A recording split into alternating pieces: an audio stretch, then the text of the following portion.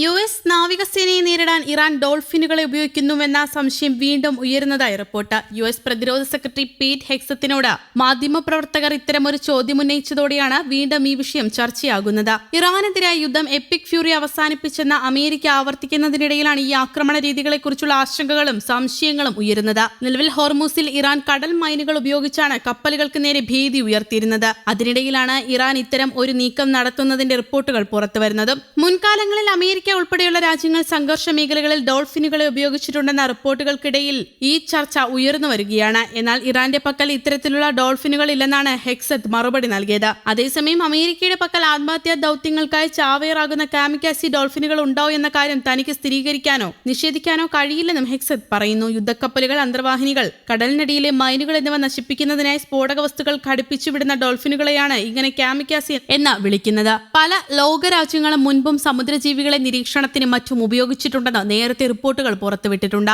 April 30 Wall Street ജേണലിലാണ് ആദ്യമായി ഡോൾഫിനുകളെ കുറിച്ചുള്ള report പുറത്തുവന്നത്. ഇറാൻ ഹോർമൂസിൽ ആയുധമായി ഡോൾഫിനുകളെ ഉപയോഗിക്കുന്നുവെന്ന തരത്തിലുള്ള റിപ്പോർട്ടുകളാണ് പുറത്തുവരുന്നത്. മൈനുകൾ കണ്ടെത്താനും മറ്റുമായി അമേരിക്ക പതിറ്റാണ്ടുകൾ നീണ്ട ട്രെയിനിംഗ് പ്രോഗ്രാമുകൾ നടത്തിയിരുന്നതായി റിപ്പോർട്ടുകൾ പുറത്തു വന്നിട്ടുണ്ട്. അതേസമയം അമേരിക്ക മാത്രമല്ല സസ്തനികളെ സൈനിക ആവശ്യങ്ങൾക്കായി ഉപയോഗിക്കുന്നത്. റഷ്യയും സമാന ആവശ്യങ്ങൾക്കായി സസ്തനികളെ ഉപയോഗിക്കുന്നുണ്ട്. ഏകദേശം 2000-ഓളം ഡോൾഫിനുകളെ ഇറാൻ വാങ്ങിയതായി നേരത്തെ BBC റിപ്പോർട്ട് ചെയ്തിരുന്നു. എന്നാൽ അവയ്ക്കിപ്പോൾ ഏറെ പ്രായമുണ്ടാകുമെന്നും നിലവിലെ സാഹചര്യത്തിൽ സൈനിക ആവശ്യത്തിന് ഉതകുന്നതല്ല എന്നും സൂചനകളുണ്ട്. കുറഞ്ഞ വെളിച്ചത്തിലും ഇരുണ്ടതും കലങ്ങിയതുമായ വെള്ളത്തിലും മികച്ച കാഴ്ചശക്തിയുള്ളവയാണ് ഡോൾഫിനുകൾ. വെള്ളത്തിനടിയിലുള്ള ലക്ഷ്യസ്ഥാനങ്ങൾ കൃത്യമായി കണ്ടെത്താനും പിന്തുടരാനും ഇവയെ സഹായിക്കുന്നത് വെള്ളത്തിനടിയിലെ ശബ്ദത്തിന്റെ ദിശ തിരിച്ചറിയാനുള്ള ഇവയുടെ പ്രത്യേക കഴിവാണ്. സമുദ്രത്തിനടിയിലെ കുഴിബോംബുകൾ കണ്ടെത്താനും അവയുടെ സ്ഥാനം അടയാളപ്പെടുത്താനും ഈ ട്രെയിനിംഗ് പ്രോഗ്രാമിന്റെ ഭാഗമായി ഡോൾഫിനുകൾക്ക് സാധിക്കും. കപ്പലുകളുടെയും അതിലുള്ള യാത്രക്കാരുടെയും സുരക്ഷ ഉറപ്പാക്കാൻ ഈ ഡോൾഫിനുകൾക്ക് കഴിയും. കടലിന്റെ ആഴങ്ങളിൽ മനുഷ്യർക്ക് അസാധ്യമായ പല കാര്യങ്ങളും ഇവ അനായാസം ചെയ്യുന്നു. പ്രകൃതിദത്തമായ കഴിവുകളെ പ്രതിരോധ ആവശ്യങ്ങൾക്കായി സൈനികർ ഉപയോഗിക്കുന്നത് ഈ പ്രത്യേകതകൾ കൊണ്ടാണ്. അതേസമയം വിട്ടുവീഴ്ചകൾക്ക് തയ്യാറായില്ലെങ്കിൽ ശക്തമായ സൈനിക നടപടി നേരിടേണ്ടി വരുമെന്ന് അമേരിക്കയുടെ ഭീഷണി ഇറാൻ തള്ളിയിരുന്നു.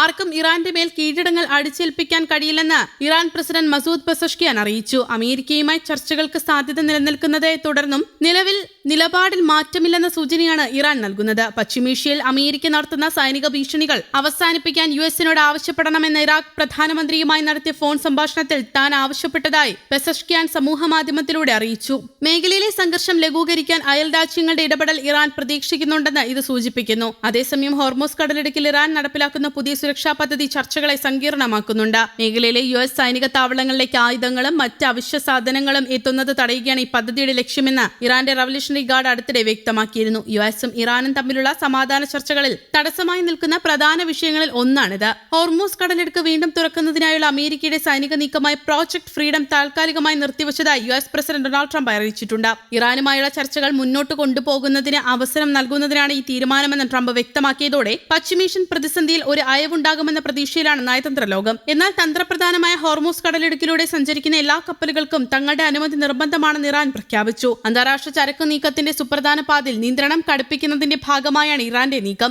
ചരക്ക് കപ്പലുകൾ ഇറാനിയൻ നാവികസേനയുമായി മുൻകൂട്ടി ഏകോപനം നടത്തണമെന്ന കാര്യവും അല്ലാത്ത പക്ഷം നടപടിയുണ്ടാകുമെന്നും ഇറാൻ മുന്നറിയിപ്പ് നൽകി. അമേരിക്കൻ ആക്രമണം സിവിലിയൻ ബോട്ടുകൾക്ക് നേരെയാണെന്ന് ഇറാൻ ചൂണ്ടിക്കാട്ടി. News desk, Kerala Kaumudi.